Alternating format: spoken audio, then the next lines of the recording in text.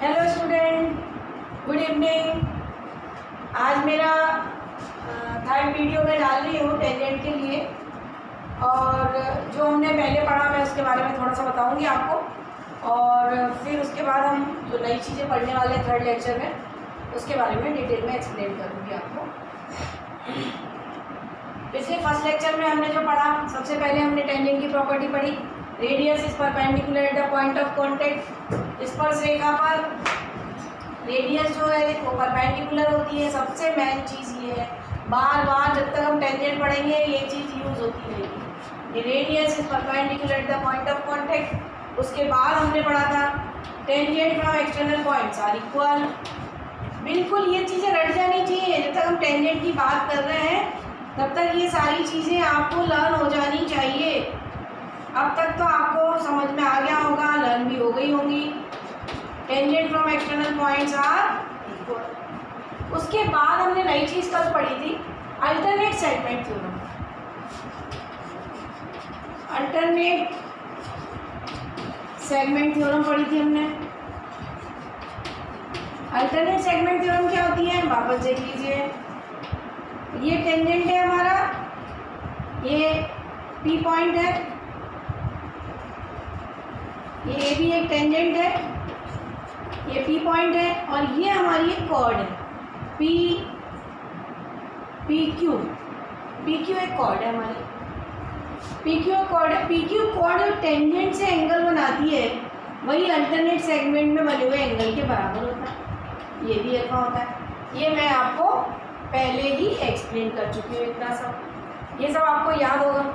इसके बाद हमने एक और नई चीज़ पढ़ी थी कि two circle touch externally. Two circle touch externally ये हमने चीज़ पढ़ी थी कि अगर इसकी रेडियस कैपिटल आर है, इसकी रेडियस स्मॉल आर है, तो सेंटर के बीच की जो डिस्टेंस होती है O1 O2 जो होता है, O1 O2 जो होता है वो R प्लस आर के बराबर होता है। ये हमने पढ़ा था। फिर हमने एक और चीज़ पढ़ी थी कि अगर ये इंटरनली टच करता है तो जो रेडियस होती है वो ये O1 है, ये O2 है, तो सेंटर के बीच की जो डिस्टेंस होती है वो R माइनस आर के बराबर होती है, O1 O2। ये इतना मैं आपको बता चुकी हूँ। अब हम नई चीज़ की बात करते हैं। कल हमने पिछले लेक्चर में हमने कुछ क्वेश्चंस करे थे, अब हम आगे बढ़ते हैं। कुछ क्वेश्चंस मैं आपको यहाँ पर और एक्सप्लेन करती हूँ अल्टरनेट सेगमेंट थ्योरम के लिए, और फिर हम नई चीज़ें करेंगे। एक और थ्योरम देखिए यहाँ पर, एक और प्रॉपर्टी में आपको एक्सप्लेन करने वाली हूँ। यहाँ पर आप देखिए, ये दो सर्कल है, टू सर्कल टच एक्सटर्नली।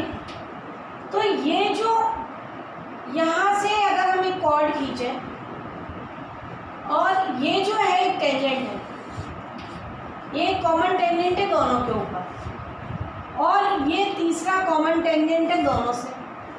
तो अगर हम इसको ज्वाइन कर दें, ये ए है, ये बी है, और ये हमारा पी है, ये जो पॉइंट है हमारा पी है। तो एक प्रॉपर्टी होती है, आप देखिए ये एक्सटर्नल पॉइंट हुआ, सपोज ये क्यू है। तो यहाँ से देखिए ये जो सर्कल है ये एक्सटर्नली टच कर रहे हैं बेटा, और हमने पढ़ा है कि distance between two centre is sum of the radius, R plus R के बराबर होता है। अब यहाँ पर आप देखिए कि ये जो टेंजेंट है, दोनों सर्कल को टच करने वाली लाइन, इसको हम बोलते हैं कॉमन टेंजेंट, इसको हम बोलते हैं कॉमन टेंजेंट। ये भी हमारा क्या है, एक कॉमन टेंजेंट है, ये भी एक हमारा टेंजेंट है, ये कॉमन टेंजेंट है, और ये एक टेंजेंट है कॉमन। अब यहाँ पर देखिए कि इसके बीच का जो एंगल होता है वो हमें बताना है कि कितना होता है। हमें बताना है कि एंगल ए पी बी कितना होता है। इसके ऊपर डायरेक्ट ही क्वेश्चन पूछ लेते हैं कि ए पी बी कितना होगा। अब अपन ने सेकेंड प्रॉपर्टी पढ़ी थी, tangent from external points are equal. हमने क्या पढ़ा था, tangent from external points are equal. भावबिंदु से खींचे गए स्पर्श रेखाओं की लंबाई बराबर होती है। भावबिंदु, अब ये मैं बोलूँ कि अगर ये इस सर्कल के लिए, इस सर्कल के लिए ये एक्सटर्नल पॉइंट हो गया, तो ये जो है, ये जो टेंजेंट है ये कैसे होंगे, इक्वल होंगे। इस पॉइंट से टेंजेंट कैसे होंगे, इक्वल होंगे। जब ये इक्वल है तो अगर मैं ट्रायंगल का फॉर्म देखें AQP, तो ये कैसा फॉर्म हो रहा है, आइसोसेलेस ट्रायंगल, समद्विबाहु त्रिभुज। जब समद्विबाहु त्रिभुज की हम बात करते हैं, उस त्रिभुज की हम बात करते हैं जिसकी दो भुजाएं बराबर हो, isosceles triangle, two sides are equal, तो उसके बेस एंगल भी कैसे होते हैं, इक्वल होते हैं। तो उसके बेस एंगल भी कैसे होते हैं, इक्वल होते हैं। तो यहाँ पर आप देखिए, अगर ये x है तो ये भी x हुआ। ऐसे ही सिमिलरली यहाँ पर आप देखिए, सिमिलरली यहाँ देखिए, ये एक्सटर्नल पॉइंट है तो ये वाला टेंजेंट और ये वाला टेंजेंट कैसा हुआ, equal. Tangent from external points are equal. तो ये वापस से देखिए कि ये जो लाइन है वो इस लाइन के बराबर है, वापस से आइसोसेलेस ट्रायंगल फॉर्म हो गया, वापस से आइसोसेलेस ट्रायंगल फॉर्म हो गया। तो अब ये नया ट्रायंगल है तो ये क्या हो गया, ये एंगल y है तो ये भी एंगल y हो गया। अब हम क्या करें, अब हम देखें इन ट्रायंगल APB, अब हम बड़ा ट्रायंगल ले लें, अब हम पूरा ट्रायंगल ले लें APB। पहले हमने ये छोटे वाले ट्रायंगल लिए और ये हमने देखा कि ये कैसे है, आइसोसेलेस। देखिए भाई, tangent from external points are equal, ये बराबर इसके हो गया, ये बराबर इसके हो गया। जब ये और ये बराबर है तो PQ बाइसेक्ट AB। जो थर्ड टेंजेंट आता है वो कॉमन टेंजेंट को क्या करता है, बाइसेक्ट। वो कॉमन टेंजेंट को क्या करता है, बाइसेक्ट करता है। AQ बराबर QB, हम डायरेक्ट यूज भी कर सकते हैं इस चीज़ का। देखिए बहुत सारी चीज़ें हैं, अगर हमें प्रूफ याद रहता है तो हम क्वेश्चंस में अप्लाई कर सकते हैं। हम बहुत सारी चीज़ों को रट नहीं सकते कि ऐसा होगा तो ऐसा कर देंगे, क्वेश्चन में अपने तरीके से पूछा जाता है, वहाँ हमें खुद से अप्लाई करना होता है। अब यहाँ पर देखिए APB की बात करें तो एंगल सम प्रॉपर्टी यहाँ लगा दें हम, तो angle x plus angle y plus angle x plus angle y, ये हमने पूरा एंगल लिख दिया P बराबर कितना हो गया, 180 डिग्री। एंगल सम प्रॉपर्टी लिख दी हमने। अब यहाँ पर देखिए ये x और ये x मिलके 2x हो गया, ये y और ये y मिलके 2y हो गया, ये 180 डिग्री। और 2 इसमें से कॉमन निकाल लें और 2 से डिवाइड कर दें तो x plus Y equal to कितना हो गया, 90 डिग्री। x प्लस वाई 90, इसका मतलब ये हुआ कि angle APB equal to 90 degree, यानी ये राइट एंगल फॉर्म करता है। इसका मतलब क्या हुआ कि अगर एक कॉमन टेंजेंट है और उसको एक अनदर टेंजेंट जो है वो उसको इंटरसेक्ट करता है, तो जो एंगल फॉर्म होता है उनके बीच में, कॉर्ड्स के बीच में जो एंगल फॉर्म होता है वो कैसा होता है, राइट एंगल होता है। अब इसी के साथ नई चीज़ देखिए आप, जब यहाँ पर ये राइट एंगल बन गया तो राइट एंगल मतलब ये ऐसा बन गया हमारे पास, ये A है हमारा, ये B है हमारा और ये हमारा ये क्या फॉर्म होता है, राइट एंगल, ये P है। तो इसका मतलब ये होता है, राइट एंगल में हम पहले भी बोल चुके हैं कि मिड पॉइंट ऑफ द, अब ये अगर 90 है तो AB क्या हो गया, हाइपोटेनियस। अगर P 90 है तो AB क्या हो गया, hypotenuse.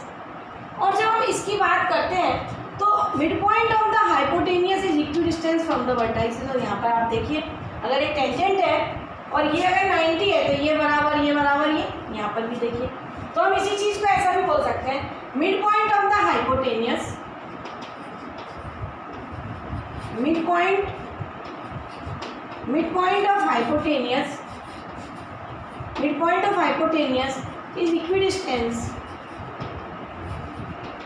is equidistant from vertices। अब हम इसी चीज को और दूसरे एक और तरीके से प्रूव कर सकते हैं कि हाइपोटेनियस का जो मिड पॉइंट होता है वो तीनों वर्टाइसेस से इक्वल डिस्टेंस पर होता है। ये बहुत यूजफुल प्रॉपर्टी है। ये अभी मैं एक क्वेश्चन कराने वाली हूँ, आप देखना उसमें कैसे इस प्रॉपर्टी का यूज होता है। अब यहाँ पर देखिए एक और तरीका है इसको प्रूव करने का। अगर ये डायमीटर है, देखिए आप यहाँ ध्यान से, ये डायमीटर है, ये सेंटर है, वो ये भी एक डायमीटर है। तो एक और प्रॉपर्टी होती है, angle in the semi circle is right angle. ये कितना होता है, 90 degree. Angle in the semi circle, एक सेमी सर्कल के ऊपर देखिए दो पार्ट में डिवाइड हो गया। अगर ये सेंटर एक डायमीटर है तो आधा पार्ट ये हो गया, आधा पार्ट ये हो गया। तो angle in the semi circle is right angle. जब ये राइट एंगल है तो आप यहाँ पर ध्यान से देखिए, अगर मैं किसी भी पॉइंट से सेंटर को मिला हूँ तो ये सब बराबर होगा और सब बराबर होगा और काय के बराबर होगा आर। तो हम यहाँ से भी बता सकते हैं कि mid point of the hypotenuse is equidistance from the vertexes. यहाँ से भी हम इस चीज़ को प्रूव कर सकते हैं, हम इस चीज़ को टेंजेंट से भी प्रूव कर सकते हैं। बस हमें याद रखना है कि mid point of the hypotenuse is equidistance from the vertexes. Clear हुई ये चीज़? क्लियर हुई? अब हम एक और नई प्रॉपर्टी पढ़ते हैं। अभी हम एक और नई प्रॉपर्टी पढ़ते हैं, उसके बाद हम क्वेश्चंस पर आते हैं।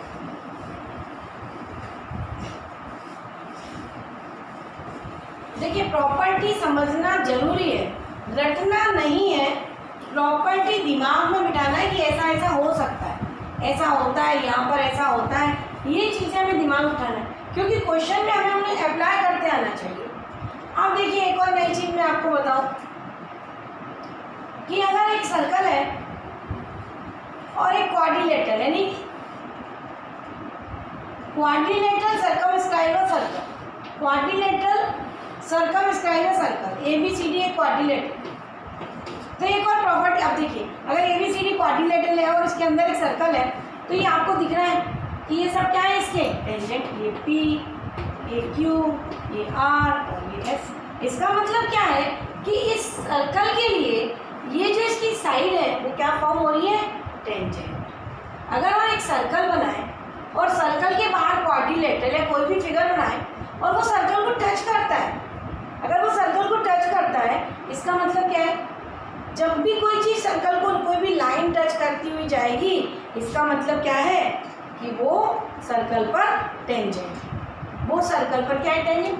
कोई property, tangent from external points are equal, tangent from external points are equal, tangent from external points are equal, tangent from महाबिंदु से खींची गई स्पर्श रेखाओं की लंबाई, महाबिंदु से खींची गई स्पर्श रेखाओं की लंबाई कैसी होती है, बराबर होती है। तो ये इसमें प्रॉपर्टी होती है कि अगर क्वाड्रिलेटरल सर्कमस्क्राइब है तो इसका मतलब ये होता है कि AB प्लस CD यानी सम ऑफ अपोजिट साइड्स इक्वल होती है AD प्लस BC। देखिए कैसे बराबर होती है, अपोजिट साइड का सम जो होता है वो इक्वल होता है, अपोजिट साइड का सम जो होता है वो क्या होता है, इक्वल होता है। अब देखिए AB अगर मुझे लिखना है, अब यहाँ ध्यान से देखिए, इसको मैंने लिखा है x, tangent from external points are equal, अगर ये x है तो बेटा ये भी x होगा, ये y है ये भी y होगा, अगर ये z है तो ये भी z होगा, अगर ये w है तो ये भी w होगा। Tangent from external points are equal. तो यहाँ पर देखिए a भी लिखना है मुझे, तो a b का मतलब क्या है, x प्लस y। अगर मुझे यहाँ पर CD लिखना है तो CD का मतलब क्या है, z प्लस w। यहाँ पर भी देखिए आप AD लिखना है मुझे तो x प्लस w, BC लिखना है मुझे तो y प्लस z। अब यहाँ आप देखिए वापस से x plus y plus z plus w, LHS equal to RHS। इसका मतलब ये हुआ कि अगर सर्कल के बाहर हम एक क्वाड्रिलेटरल ड्रॉ करें तो वो सारी लाइनें जो होती हैं, क्वाड्रिलेटरल लाइन सेगमेंट जो होते हैं, वो क्या होते हैं, सर्कल के लिए टेंजेंट होते हैं। तो अपोजिट साइड्स का सम, कैसे सम ऑफ अपोजिट साइड्स इक्वल हो जाता है।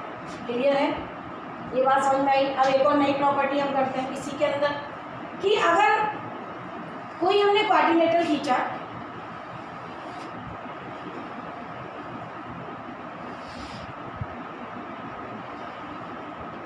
ये देखिए हमने एक और क्वाड्रिलेटरल खींचा, एक और प्रॉपर्टी होती है इसमें, बहुत स्पेशल है वो प्रॉपर्टी भी, हम डायरेक्ट याद रख सकते हैं। ये सेंटर है तो अपोजिट साइड से सेंटर पर जो एंगल बनता है, जैसे एक अपोजिट साइड CD और AB कैसी है, अपोजिट साइड है।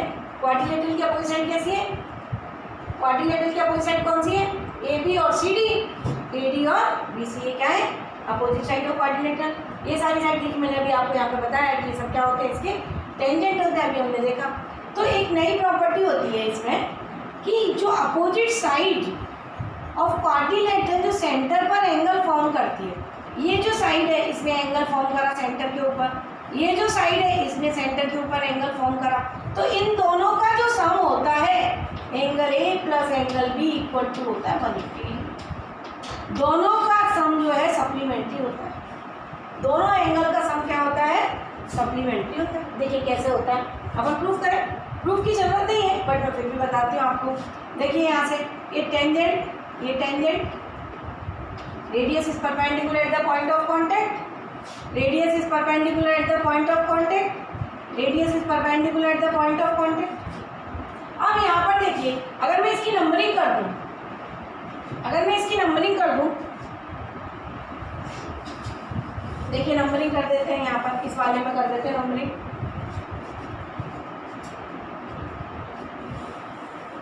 या इस वाले में सेंटर से नंबरिंग कर रही हूँ। देखो ये ऐसा है, ये सेंटर है, ये ऐसा। अगर मैंने यहाँ पे लिखा 1 2 3 4 5 6 7 8, ध्यान से देखो, अगर हमने नंबरिंग कर दिया 1 2 3 4 5 6 7 8, तो ये सेंटर पर बना हुआ एंगल, पॉइंट पर कंप्लीट एंगल होता है, 360 डिग्री होता है। इसको हम क्या बोलते हैं, कंप्लीट एंगल। क्या होता है ये, 360 डिग्री होता है। तो इन सबको जोड़ेंगे तो एंगल क्या आएगा, 360 डिग्री। लेकिन अब यहाँ पर देखिए ये 360 डिग्री आएगा और हमें बताना है इन दोनों का सम कितना होता है, 180। अब प्रूफ कैसे करें कि 180 होता है। यहाँ पर देखिए आप, इसको अगर मैं कॉन्ग्रेंट बताऊँ, यहाँ देखिए आप, ये टेंजेंट फ्रॉम एक्सटर्नल पॉइंट, ध्यान से देखना है, tangent from external points are equal. ये रेडियस है सर्कल की, तो ये बराबर हो गई, ये कॉमन है, ट्रिपल एस कॉन्ग्रेंसी लग गई, कॉन्ग्रेंसी लग गई। तो इसका मतलब हो गया angle 1 equal to angle A. ये बात समझ में आई सीपीसीटी से, angle 1 equal to angle A. Similarly angle 2 equal to angle 3, similarly angle 4 equal to angle 5, similarly angle 6 equal to angle 7। अगर हम इन सबको जोड़ेंगे तो 1 इक्वल टू 8 है, तो ये हो जाएगा twice of angle 1 plus twice of angle 2 plus twice of angle 3 plus twice of angle 4 is equal to 360। हम यहाँ पे जोड़ रहे हैं सबको, 1 से लेकर 8 तक पूरे जोड़ दिए, बराबर काय के हैं, 360 के। लेकिन 1 और 8 बराबर है, 2 और 3 बराबर है, 7 और 6 बराबर है, 5 और 4 बराबर है। हमने सबको जोड़ा तो ट्वाइस लगा दिया इसलिए। अब यहाँ पर आप देखिए 1 और 2 मिलके, अब ये 2 से हम डिवाइड कर सकते हैं तो कितना हो गया, 180 डिग्री हो गया। अब 1 और 2 मिलके क्या बना रहे हैं, मैंने यहाँ पर लिखा हुआ है, 1 और 2 मिलके क्या बना रहे हैं, एंगल बी। 3 और 4 मिलके क्या, 5 और 6 मिलके क्या बना रहे हैं, यहाँ पर अगर हम बात करें 1 2 4 6,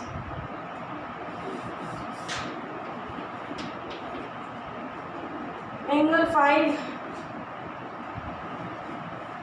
और एंगल 6।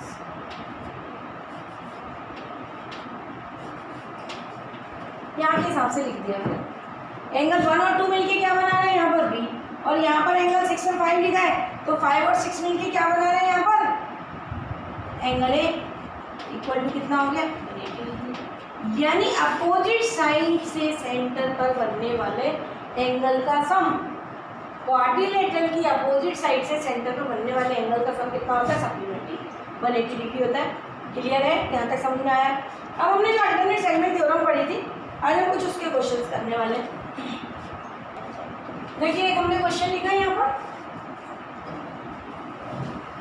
ए बी क्यू एक टेंजेंट है, एक ट्रायंगल है और इसको बाहर की तरफ एक सर्कल टच करता है, तो इसका मतलब ये एक्सटीरियर पॉइंट हो गया, और यहाँ से ये क्या हो गया, ए बी, और ए सी क्या होगा, इसके टेंजेंट के क्वेश्चन है। लिखा हुआ हो यहाँ में समझ में आए। देखिए पढ़ के फिगर बनाना पड़ता है, बहुत बार फिगर नहीं दिया होता है, बहुत बार हमें फिगर बनाना पड़ता है। अगर फिगर दिया है तो बहुत अच्छी बात है, अगर नहीं दिया है तो पढ़ के हमें फिगर बनाना है। अब इसमें फिगर दिया हुआ था, इसमें उसने बोला कि ए बी एक टेंजेंट है, ए सी एक टेंजेंट है और पी क्यू एक टेंजेंट है, और उसने बोला ए बी इक्वल टू 5, और उसने बोला A B equal to 5 centimetre given है। हमें पेरीमीटर और ट्रायंगल बता दिया, तो देखिए हम निकालेंगे नहीं। कल मैंने आपको बताया था टेंजेंट से कि tangent from external points are equal, तो ये बराबर इसके है, ये बराबर इसके है, और उसको हमने सबको जोड़ के हमने निकाल दिया था। तो आज हमें ये चीज़ें याद हो जानी चाहिए कि जो पेरीमीटर और ट्रायंगल होती है, पेरीमीटर होती है, perimeter of triangle A P, जो ट्रायंगल का नाम है वो लिखेंगे, बराबर होती है twice of A B, twice of A C. अगर ए सी दिया होता तो ट्वाइस ऑफ ए सी, अगर ए बी दिया है तो ट्वाइस ऑफ ए बी। तो यहाँ पर देखिए ए बी की वैल्यू कितनी है 5, डायरेक्ट हमारा आंसर आ गया 2 × 5 10 सेंटीमीटर। क्लियर है? आया, समझ में आया आपको? अभी हमने पढ़ी अल्टरनेट सेगमेंट थ्योरम क्या होती है।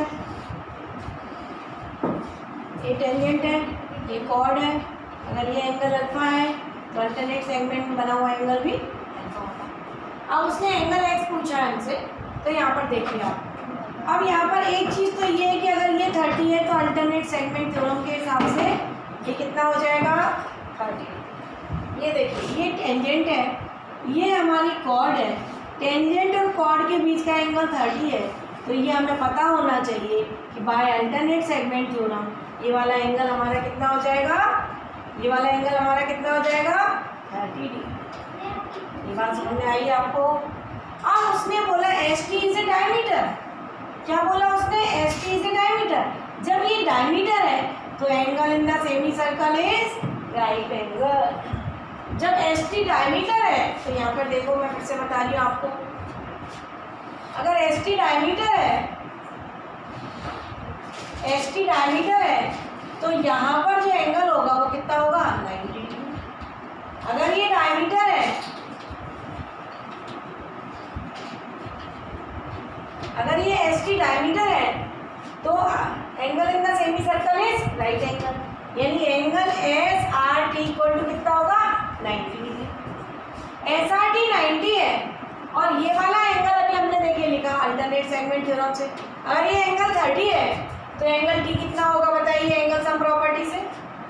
ये 90 है, ये 30 है, तो ये एंगल कितना होगा 60 डिग्री। ये बात आपको समझ में आई कि 90 कैसे आया, 30 कैसे आया, 60 कैसे आया?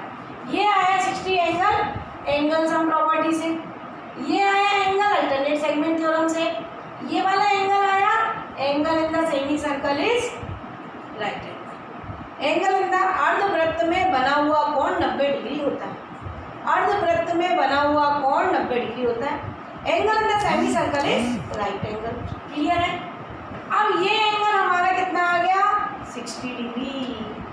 देखिए वहां से कंपैरिजन करिए, ये 60 आया तो वापस से alternate segment theorem, alternate segment theorem,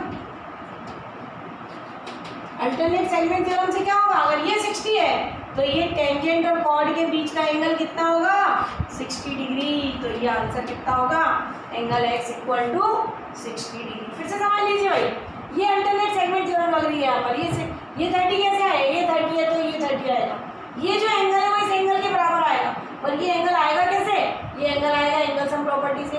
अगर ये डायमीटर है तो ये 90 हुआ, ये 90, ये 30 तो ये 60, और जब ये 60 है तो वापस अल्टरनेट सेगमेंट थ्योरम, ये एक्स है तो ये भी 60 डिग्री होगा। क्लियर है? देखिए क्वेश्चन लिखा आपके सामने, from a point P two tangent PA and PB are drawn to a circle. ये देखिए ध्यान से क्वेश्चन पढ़ना है और फिर करना है।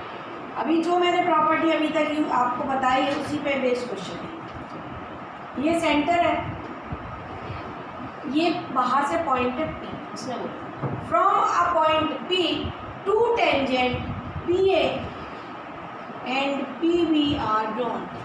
PA and PB are drawn to a circle with center of O है। If OP is equal to, जो OP है is equal to diameter, इस लाइन पर जोड़ दीजिए, OP is equal to, उसने बोला OP is equal to its diameter, OP is equal to its diameter।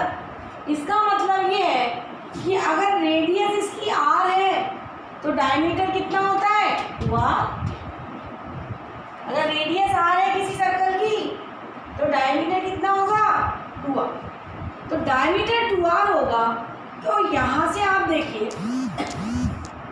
Of a circle then AP भी अपने को बताना है। इसका मतलब ये हुआ कि देखो ये तो रेडियस के बराबर ही होगा, ये सपोज है मैं, अगर ये OP जो है डायमीटर के बराबर है तो OM तो रेडियस ही है, तो बचा हुआ देखिए डायमीटर 2r होता है। जब यहाँ से यहाँ तक हमने r लिख दिया तो यहाँ से यहाँ तक भी कितना हुआ r। बहुत बहुत इंपॉर्टेंट लाइन है। अब यहाँ पर देखिए ये रेडियस इज, यहाँ से देख के फिगर बनाना है। From a point P two tangent P and P B are दोनों हमने कर लिया। उसने बोला O P is equal to diameter, हमने डायमीटर के बराबर लिख दिया। ये अगर आर है तो बचा हुआ कितना हो गया आर, ये हमने मन से लिख लिया। अब आप देखिए रेडियस, पहली property radius is perpendicular at the point of contact. जब ये 90 डिग्री है तो ये आपको मालूम है कि ये क्या बन गया, राइट एंगल ट्रायंगल। जब ये 90 है, रेडियस इज परपेंडिकुलर, वही पाइथागोरस, वही राइट एंगल, कोई बदलता नहीं है, वही का वही रहेगा राइट एंगल, कहीं पर भी बना लें। तो ये 90 है। अब अगर ये देखिए ये आर है और ये भी आर है, तो ये ओपी का क्या हुआ, ये ओपी का क्या हुआ, मिड पॉइंट। ये ओपी का क्या हुआ, अगर ये आर है, O M equal to M P equal to R, तो M is a mid point. M क्या हो गया, मिड पॉइंट हो गया, एम मिड पॉइंट हो गया। अगर अभी मैंने आपको एक प्रॉपर्टी बताई थी, mid point of the hypotenuse is equidistance from the vertices. अगर ये मिड पॉइंट है हाइपोटेनियस का, तो ये वर्टाइसेस से बराबर दूरी पर होता है। अभी मैंने आपको पूरा अच्छे से एक्सप्लेन किया इस प्रॉपर्टी को। ये प्रॉपर्टी यहाँ लग रही है, देखिए। अब यहाँ पर देखिए मिड पॉइंट है, ये आर है, ये आर है, तो ये मिड पॉइंट हुआ।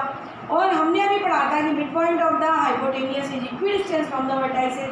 तो अगर ये आर है, ये आर है, तो ये भी आर हुआ।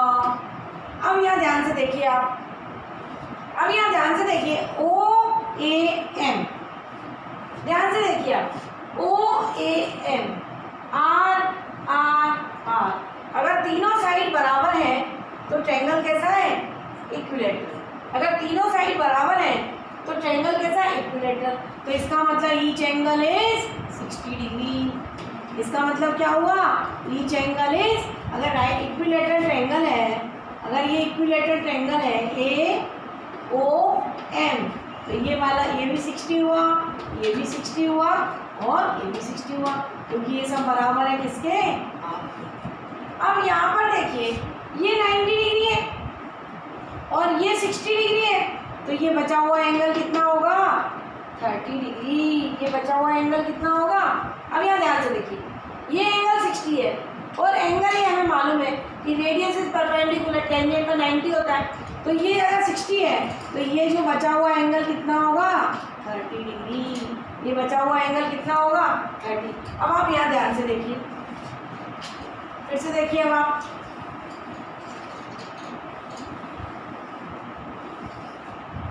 ये फिर से देखिए आप कि अगर ए एम बराबर क्या है, एम पी बराबर आर है, तो इसका मतलब क्या हो गया, ये आइसोसेलेस ट्रायंगल हुआ, समद्विबाहु त्रिभुज।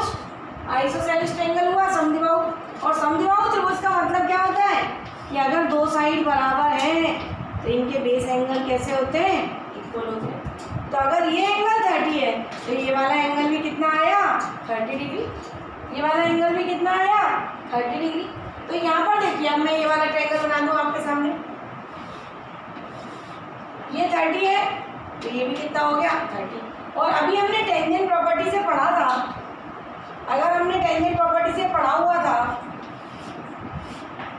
क्या पढ़ा हुआ था टेंजेंट प्रॉपर्टी से, कि ये सेंटर, ये परपेंडिकुलर, तो ये वाला एंगल और ये वाला एंगल कैसा होता है, इक्वल होता है। ये हमने पाइथागोरस लगाई थी, पूरा प्रूफ करा था कि टेंजेंट और एक्स्ट्रा पॉइंट्स आर इक्वल, तो बाकी बची हुई चीज़ें बराबर होती हैं। तो अगर ये एंगल अल्फा है तो ये भी एंगल अल्फा होगा, तो ये 30 है तो ये भी कितना हुआ, 30।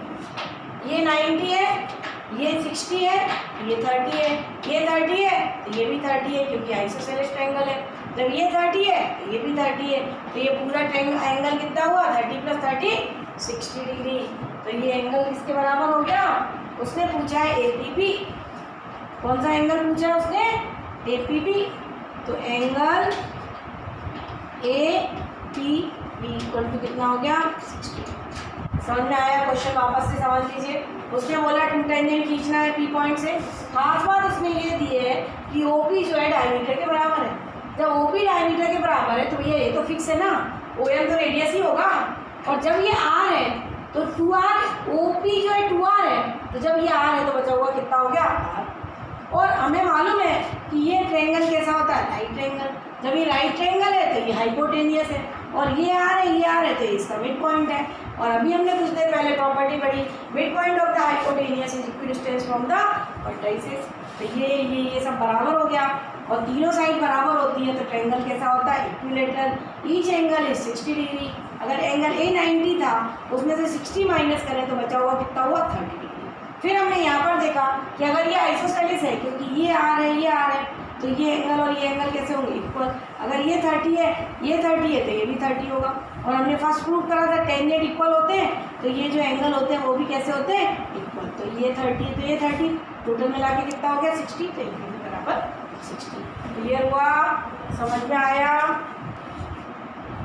देखो ये नया क्वेश्चन है, एक सर्कल बना हुआ है, ए सी टेंजेंट बना हुआ है बी पर, ओ बी, इसका मतलब क्या हुआ, रेडियस है, तो इसके ऊपर कैसी होगी, परपेंडिकुलर। ये हमें समझ में आनी चाहिए, वहाँ बनाओ साइन नहीं बनाओ, हमें पता होना चाहिए O B is perpendicular to A C, radius is perpendicular at the point of contact. जब तक हमें ये चीज़ें नहीं आएंगी समझ में, हम क्वेश्चन नहीं कर पाएंगे। दूसरा एक और इसमें इंपॉर्टेंट प्रॉपर्टी लग रही है साइक्लिक क्वाड्रिलेटरल की। देखिए साइक्लिक क्वाड्रिलेटरल क्या होता है, सर्कल के ऊपर अगर 4 पॉइंट हैं और उनको हम ज्वाइन कर दें तो उसको हम बोलते हैं साइक्लिक क्वाड्रिलेटरल। 4 साइडेड फिगर है, लेकिन सर्कल के अंदर बना हुआ है, इसलिए हम बोलेंगे इसको cyclic quadrilateral. 4 sided figure quadrilateral, circle में इसलिए साइक्लिक क्वाड्रिलेटरल। इसकी एक स्पेशल प्रॉपर्टी होती है, अपोजिट एंगल का सम कितना होता है, 180। अगर ये x है, ये y है, तो angle x plus angle y equal to होता है 180। ये हमें याद रखना है। ये सब में जब सर्कल में क्वाड्रिलेटरल और सर्कल की सिंपल प्रॉपर्टीज़ का जब हम चैप्टर लेंगे तो ये सारी चीज़ें मैं आपको प्रूफ कर करके दिखाऊंगी कि x plus Y equal to 180 कैसे होगा। अभी हमें यहाँ याद रखना है कि अगर ये साइक्लिक क्वाड्रिलेटरल है तो अपोजिट एंगल का सम कितना होता है, 180 degree. This plus this equal to कितना होता है, 180 डिग्री। अगर यहाँ पर ये w है और यहाँ पर ये z है, तो w plus z is equal to कितना होता है, 180। ये हमें प्रॉपर्टी याद रखना।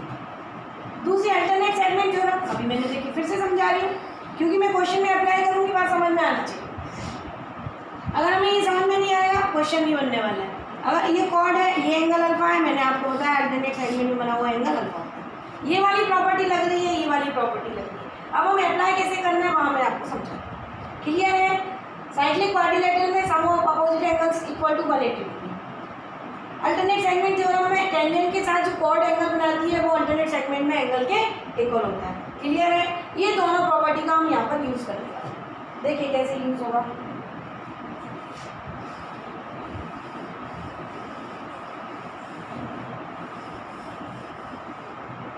देखिए यहाँ पे ध्यान से देखिए, अब ये अल्टरनेट सेगमेंट है, ये x जो है 33 के बराबर होगा, दिख रहा है आपको। ये जो सर्कल में एक एक चीज़ बताती हूँ आपको, ये जो कॉर्ड है ये मेरा है b, ये मेरा है d, और ये एंगल है मेरा 30। तो ये अल्टरनेट सेगमेंट का मतलब ये एंगल अगर x है तो एंगल x इक्वल टू 33। ये बात समझ में आई। जब ये एंगल 33 है तो ये जो है ये साइक्लिक क्वाड्रिलेटरल, ये p पॉइंट पर a, ये जो है e, e d p b, ये क्या है साइक्लिक क्वाड्रिलेटरल। तो एंगल P बराबर कितना हो जाएगा, 180 माइनस एंगल x, यानी 180 माइनस 33, ये कितना हो गया 147 डिग्री। एंगल P कितना, आप देखिए दो एंगल हमारे पास आ गए, यानी एंगल x आ गया और एंगल z आ गया। ये दो एंगल मेरे पास आ गए, एक एंगल मेरे पास x आ गया। देखिए यहाँ पर मैंने पूछा है x plus z plus y, अब हमारा एंगल बचा हुआ है। अब y कैसे फाइंड करेंगे, ये दोनों एंगल समझ में आए, नोट कर लीजिए, दोनों एंगल समझ में आए आपको कि ये x है ये z है। अब तीसरी चीज़ इसमें एक और गिवन है, एक और चीज़ इसमें गिवन है कि E B equal to B D.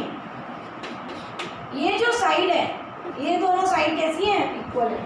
ये दोनों जो साइड है वो यहाँ पर गिवन है। ये जो साइड है, ये वाली साइड और ये वाली साइड कैसी है, इक्वल है। B equal to B D, B equal to B D. जब आइसोसेलिस, अभी हमने थोड़ी देर पहले पढ़ा कि अगर आइसोसेलिस ट्रायंगल होता है तो एंगल्स कैसे होते हैं, इक्वल। अगर ये x है तो ये भी कितना हुआ x। अगर ये एंगल 30 है और ये साइड बराबर है, अगर ये 33 डिग्री एंगल है तो ये भी कितना होगा 30 डिग्री एंगल होगा। तो एंगल D बराबर कितना आ गया 33। वापस देखिए, यहाँ तक क्लियर है सारी चीज़ें? यहाँ तक आपको समझ में आया कि एंगल x 33 कैसे आया, एंगल z 147 कैसे आया? क्लियर है? अब यहाँ पर हम नई चीज़ यहाँ पर लिख देते हैं कि एंगल x हमारा कितना आया 33, एंगल z हमारा कितना आया 147। अब मैं इसको इरेज कर देती हूँ। यहाँ तक आपको समझ में आ गया होगा, इसको मैं इरेज कर देती हूँ। अब हमें निकालना है y निकालने के लिए देखिए आप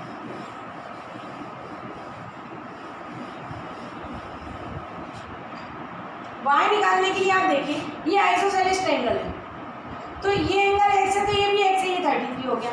जब ये एंगल 33 है तो इसका मतलब ये हुआ कि ये देखिए यहाँ पे मैं फिर से एक सर्कल बना देती हूँ आपके लिए। ये टेंजेंट है, ये एंगल मेरा d जो है, ये एंगल मेरा 33 है, ये d एंगल। तो इसका मतलब ये हुआ कि ये जो एंगल है ये कितना होगा 33। अल्टरनेट सेगमेंट करो, ऐसा जरूरी नहीं कि इधर से इधर घुमाएंगे, यहाँ से भी इधर बनेगा। अगर ये एंगल 33 है तो ये एंगल 33 है। ये बात समझ में आई आपको? अब ये जो है ये रेडियस है, ये सेंटर है, और ये एंगल y है, और ये जो है रेडियस के साथ कितना है 90 डिग्री। तो 90 में से अगर हमें 33 माइनस कर दें तो y बचेगा। दिख रहा है सबको? ये पूरा एंगल 90 डिग्री है और ये एंगल जो है 33 है। अगर 90 में से 33 माइनस कर दे तो एंगल y आएगा। तो angle y equal to 90 minus 33, 57 degree.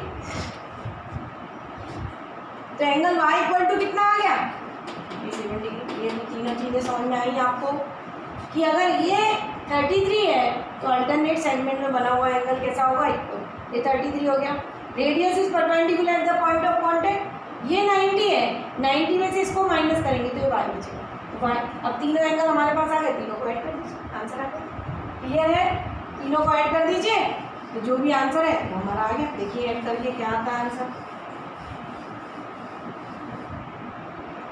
Angle x plus angle y plus angle z, तीनों को जोड़ दो।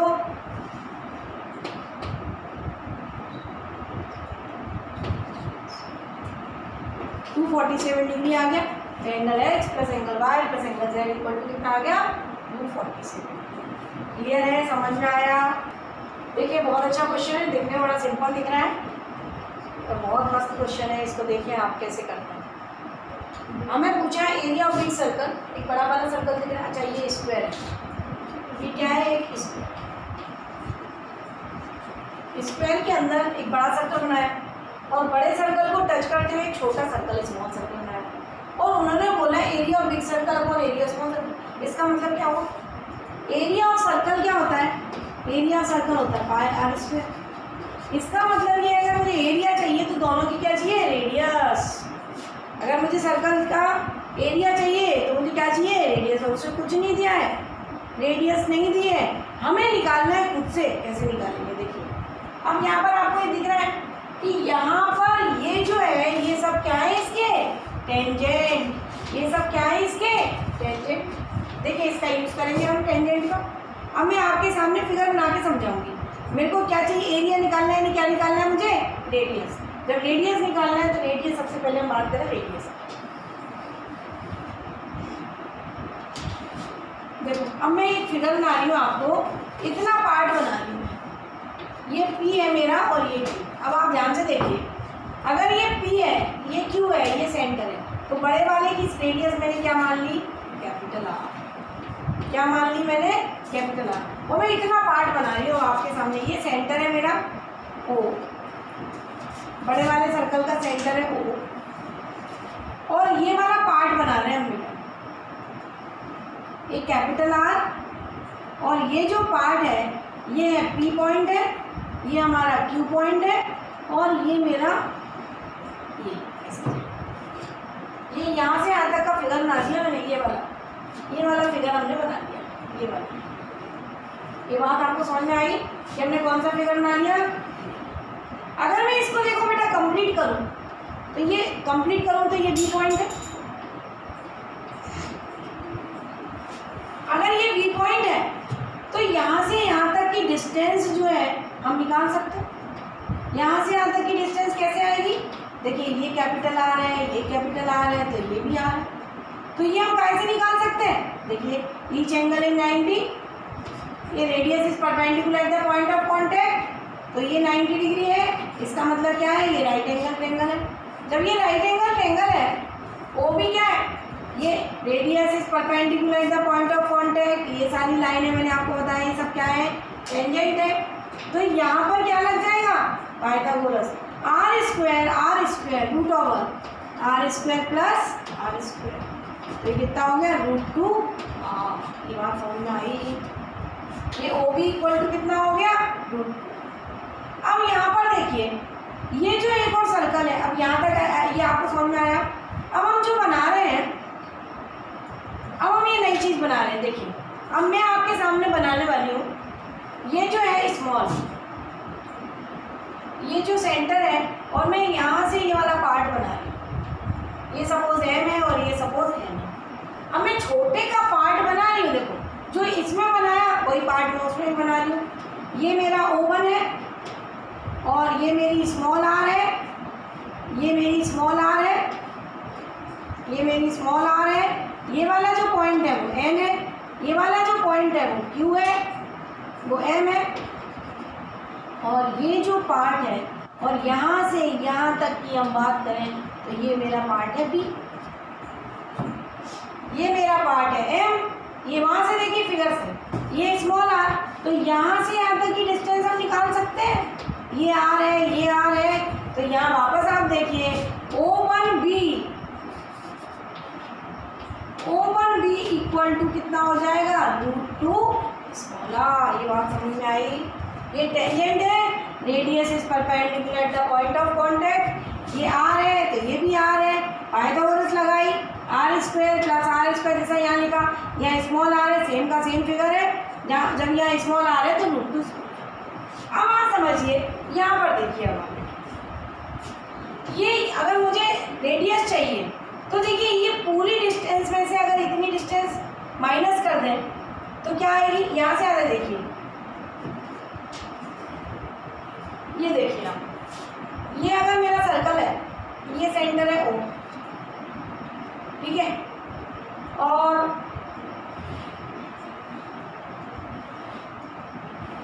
ये मेरा पॉइंट है B, ये मेरा पॉइंट है P, ये मेरा पॉइंट है Q। ये देखिए आप ध्यान से, और ये जो है ये यहाँ से यहाँ तक की जो डिस्टेंस है, अगर देखो यहाँ से यहाँ तक कितना है? Capital R. यहाँ से यहाँ तक कितना है? Small R. अगर मैं यहाँ से यहाँ तक की डिस्टेंस में से ये वाली डिस्टेंस माइनस कर दूँ तो आर प्लस आर आएगा। ध्यान से देखिए, OB में से O1B माइनस कर दें, OB में से O1B माइनस कर दें, ये OB है और ये O1B है।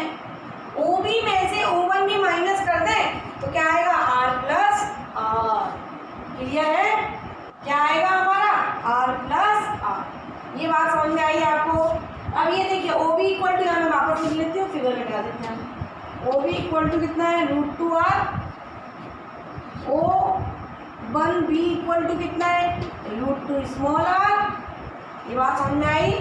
और अगर हम OB में से O1B माइनस करेंगे तो क्या आएगा? R plus R. अब यहाँ देखिए, ये मिटा दूँ मैं, ये सब क्लियर है? समझ में आया कैसे आ रहा है ये?